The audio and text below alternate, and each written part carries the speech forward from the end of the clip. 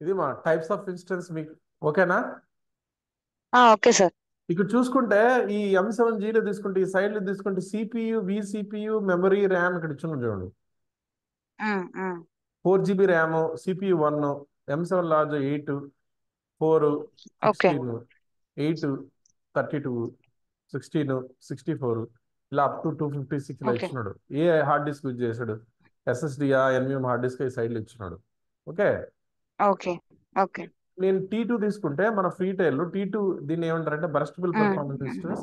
Basic గా లో level performance ఉన్న దాని సర్వర్స్ ని యూజ్ చేస్తారు. So T2 okay instance are sustain high CPU performance long work notes. ఇక్కడ చూసుకుంటే దీనిలో ఏమి యూజ్ చేస్తాడు? T2లో 3.3 GHz Intel Xeon processor use చేశాడు. యూజ్ చేస్తాడు. Low cost general purpose instance type అన్నమాట. ఫ్రీటైర్ ఉంటే లో కాస్ట్ ఓకే జనరల్ పర్పస్ అన్నమాట. ఏది T2.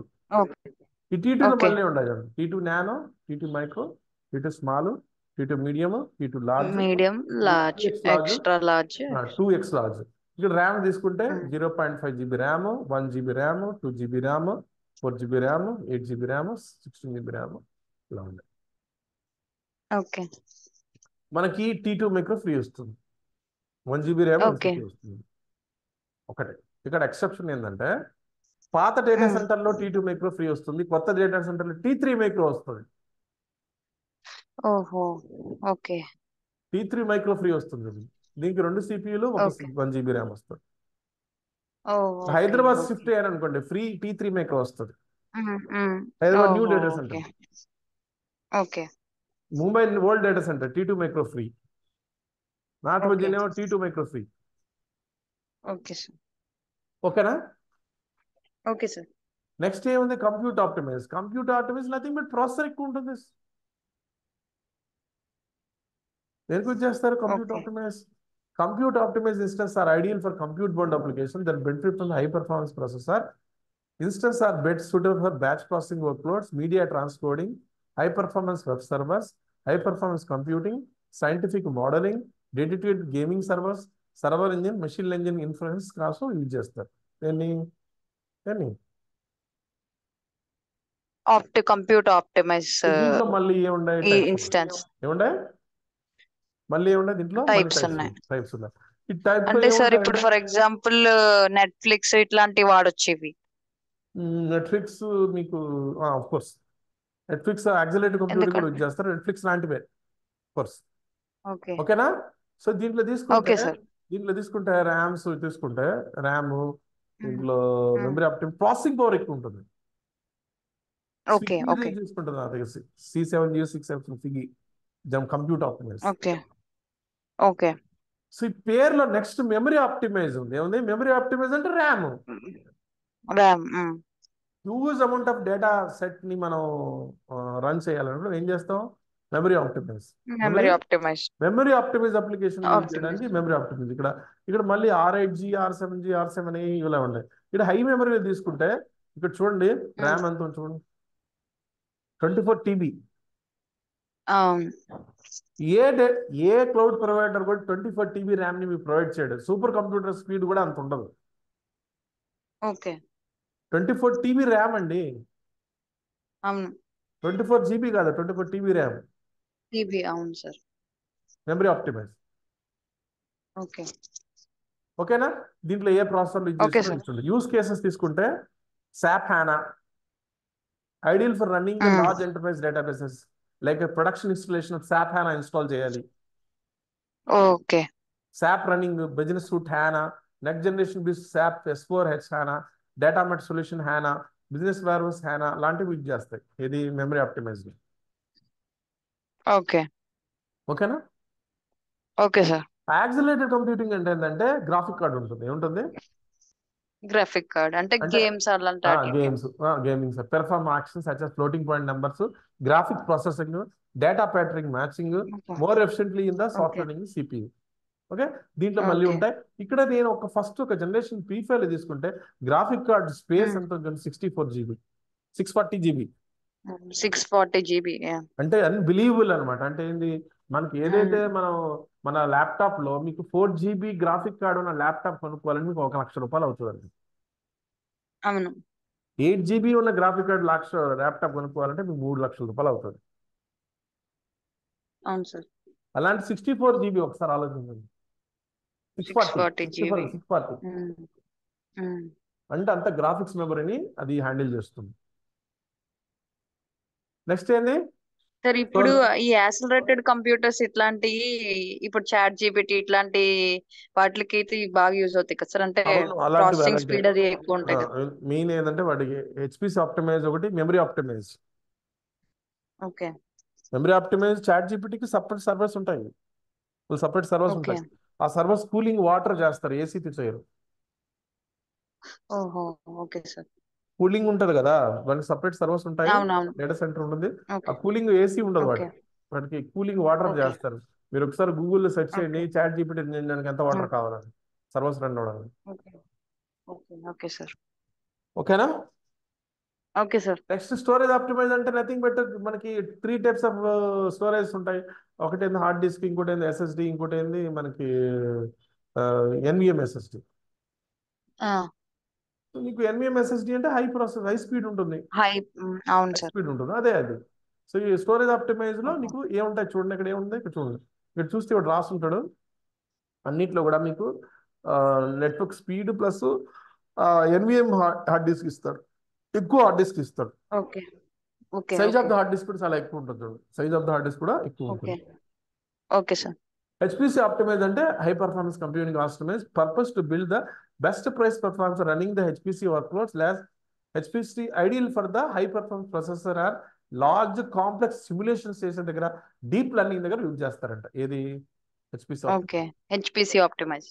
ఇవన్నీ మనం చదువుకున్నాం అంతే, కానీ మనం యూజ్ చేస్తామా? అవన్నీ యూజ్ చేస్తే మనం డబ్బులు పే చేయగలుగుతాం మటుకి.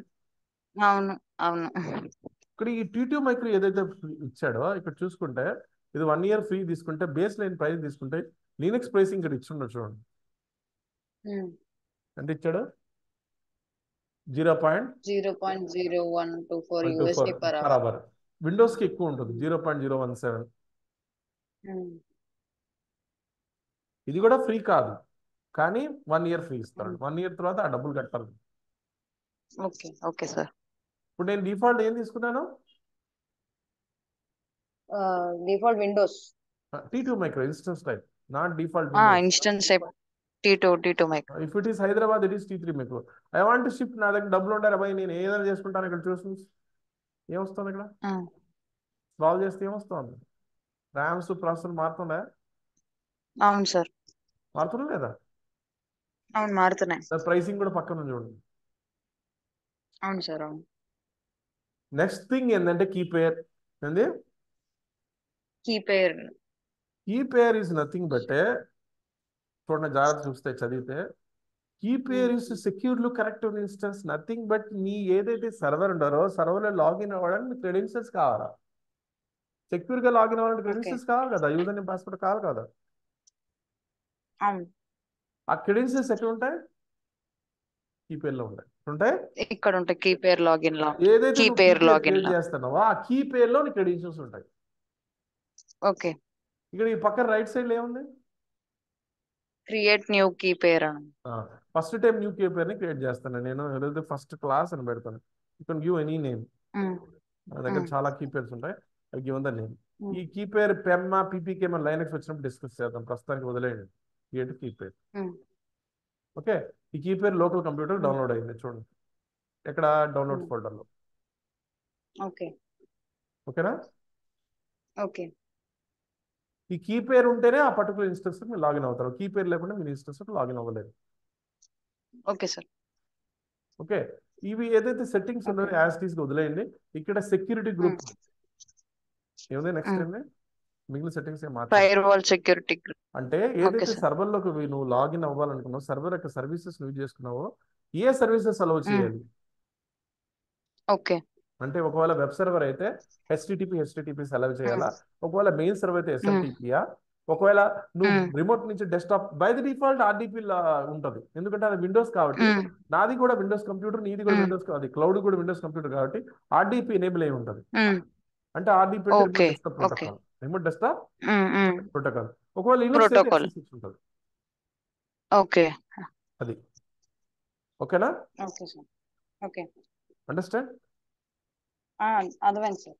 ఒకవేళ నేను వేరే ప్రోటోకాల్ ఇచ్చుకోండి, వేరే ప్రోటోకాల్ అలౌ చేయొచ్చు. ప్రస్తుతానికి అవసరం లేదు, నువ్వు వచ్చిన టైం వచ్చినప్పుడు నేనే చెప్తాను మీకు. ఇక్కడ దీని పక్కన చూడండి, ఎనీవేర్ ఒకటి ఉంది, కస్టమ్ ఒకటి ఉంది, మై ఏపీ ఉంది. ఓకే. ఎనీవేర్ అంటే ఏంటంటే ఏదైతే మీ ఇన్స్టాన్స్ ని యాక్సెస్ చెయ్యాలనుకున్నారో ఆ పర్టికులర్ ఇన్స్టాన్స్ ని ఎక్కడి నుంచి అయినా యాక్సెస్ చేయాలా. నేను ఇక్కడ ఒక ఇన్స్టాన్స్ ని క్రియేట్ చేశాను, మా ఇంట్లో చేసుకుంటాను, ఆఫీస్ నుంచి చేసుకుంటాను, నీ ఇంట్లో చేసుకుంటాను, పక్కన ఇంట్లో చేసుకుంటాను, ఎక్కడి నుంచి అయినా చేసుకుంటాను, ఏ ల్యాప్టాప్ నుంచి కనెక్ట్ చేసుకుంటాను, దాన్ని ఏమంటారు, ఎనీవేర్ అంటారు. ఓకే. లేదు కస్టమ్ అన్నావు, నా దగ్గర కొన్ని ఐపీ అడ్రస్ ఉన్నాయి, నా దగ్గర ఐపీ అడ్రస్ నేను తీసుకున్నాను, తీసుకొని కస్టమ్లోని ఐపీ ఓకే. అడ్రస్ యాడ్ చేసి ఆ ఐపీ అడ్రస్ నుంచి యాక్సెస్ అవుతుంది, వేరే దగ్గర నుంచి అవ్వదు. ఓహో. ఓకే. ఇక్కడ మై ఐపీ అంటే వచ్చింది. సార్ ఇప్పుడు కష్టం అనేది ఇప్పుడు మనం ఎవరైనా లైక్ ఇన్ రియల్ టైమ్ లో రియల్ టైమ్ కొన్ని లో ల్యాప్టాప్స్ నా అంటే దగ్గర ఐపీ కొన్ని అడ్రస్ ఉంది, ఆ ఐపీ అడ్రస్ ఆ పర్టికులర్ ఐపీ అడ్రస్ కి నేను ఇవ్వాలి. అంటే ఇప్పుడు ఓన్లీ డెవలపర్ కి ఇవ్వాలంటే ఆ డెవలపర్ ఐపీ అడ్రస్ కి ఇస్తాం అలా సార్? అలా డెవలపర్ కి ఇవ్వరు. EC2 అనేది నార్మల్ గా కొన్ని ఐపీ అడ్రస్ ఉంటాయి వాళ్ళ దగ్గర, వాళ్ళ ఐపీ అడ్రస్ కొనుక్కొని పెట్టుకుంటారు, కస్టమ్ ఐపీ అడ్రస్ అనమాట వాళ్ళ ఓహో. ఆర్గనైజేషన్. ఓకే. ఓకే. ఆ ఐపీ అడ్రస్ ఓకే. మనకి ఇస్తే ఆ ఐపీ అడ్రస్ నుంచి యాక్సెస్ అవుతుంది. సహజంగా EC2లోని ఓకే. Developers okay sir. ఇవ్వరండి ఎప్పుడు కూడా. ఆహా. Okay sir. EC2 లాంటివి మీ క్లౌడ్ ఇంజనీర్స్ చూసుకుంటారు, డెవాప్స్ ఇంజనీర్ చూసుకుంటారు. ఓహో. Okay sir. అది కష్టము. మై ఐపీ అంటే నేను ఇది నా ఇంటర్నెట్ సర్వీస్ ప్రొవైడర్ ఇచ్చిన ఐపీ అడ్రస్ ఇది. ఓ. ఓకే. ఇది ఇక్కడ నా ఐపీ అని పెట్టుకుంటే నా డేటా నా దగ్గర నేను ఒక ఇన్స్టిట్యూట్ లో పనిచేస్తాను అనుకున్నాను, ఆ ఇన్స్టిట్యూట్ లో ఏదైతే ఇన్స్టిట్యూట్ పనిచేస్తానో ఆ ఇన్స్టిట్యూట్ సంబంధించిన, లేదు మీ ఇంట్లో పనిచేయాలి, మీ ఇంట్లో ఐపీ అడ్రస్ వస్తుంది, అక్కడి నుంచే ఇన్స్టెన్స్ యాక్సెస్ అవుతుంది, ఇంకో ఎక్కడి నుంచి యాక్సెస్ అవ్వదు. అర్థమైంది పాయింట్? అర్థమైంది సార్. మా ఐపీ అని పెట్టుకున్నారనుకో ఆ ఇన్స్టెన్స్ మీ ఇంట్లో నుంచి యాక్సెస్ చేయగలుగుతాను, ఎక్కడి నుంచి యాక్సెస్ చేయలేదు దాన్ని. ఇదేంటి ఎనీవేర్, ఎనీవేర్. ఓకేనా? ఏం పెట్టాను, ఎనీవేర్ పెట్టాను. బై ది డిఫాల్ట్ ఎనేబుల్ ఉంది, ఆర్డిపి ఎనేబుల్ ఉంది. ఆర్డిపి ఎనేబుల్ ఉంది. ఆర్డిపి బై ది డిఫాల్ట్ ఇక్కడ మనకి స్పేస్ అనేది వాడు 30 GB ఇస్తాడు. చూడండి ఎంత వచ్చింది, ఎంత వచ్చింది, 30 GB. 30 GB అంటే నీకు ఏదైతే సర్వర్ వాడు ఇస్తాడు, ఫ్రీ టైల్ ఎంత ఇస్తాడో 30 GB ఇస్తాడు. 30 GB. ఓకే. ఓకేనా? Okay sir. ఎక్స్టెన్షన్ చేసుకోవాలంటే నీ ఇష్టం, ఎంత కావాలంటే అంత చేసుకోవచ్చు, కానీ ప్రైస్ కట్టాల్సి వస్తుంది. ఓకే. ఓకే. 30 GB ఇస్తాడు, బాగానే ఉంది. విండోస్ అయితే 30 GB, లైనక్స్ అయితే 8 GB. ఓకే. ఓకేనా? So this is the thing. So then go to the click on the launch systems. Click on the launch systems. Launch. I don't launch the instance now. I just మీకు ఏ options ఉన్నాయో చెప్పాను మాత్రం. Tomorrow will going to launch the instance and will create a web server. నాకు ఒకసారి మీ mail ID, నాకు WhatsApp నుంచి మీ mail ID ఒకసారి పంపించండి. ఏదైతే ఇప్పుడు నేను ఈ వీడియో ఉందో వీడియో మీకు షేర్ చేస్తాను జీమెయిల్ డ్రైవ్ లో. ఓకేనా? సరే సరే sir. Tomorrow's class will going to create a Windows server క్రియేట్ చేసి, విండోస్ సర్వర్ లో ఒక వెబ్ సర్వర్ ని క్రియేట్ చేసి ఒక వెబ్సైట్ ని రియల్ టైమ్ లో ఎలా లాంచ్ చేస్తారు EC2 లో తెలుసుకుందాం. Okay sir. Tomorrow's class web server and Windows server రెండు. Okay sir. సో నాకు ఒకసారి వాట్సాప్ మెయిల్ పెట్టండి, అదే మీ ఇది పెట్టండి, వాట్ దట్ మెయిల్ ఐడి. అలాగే సార్. అలాగే సార్.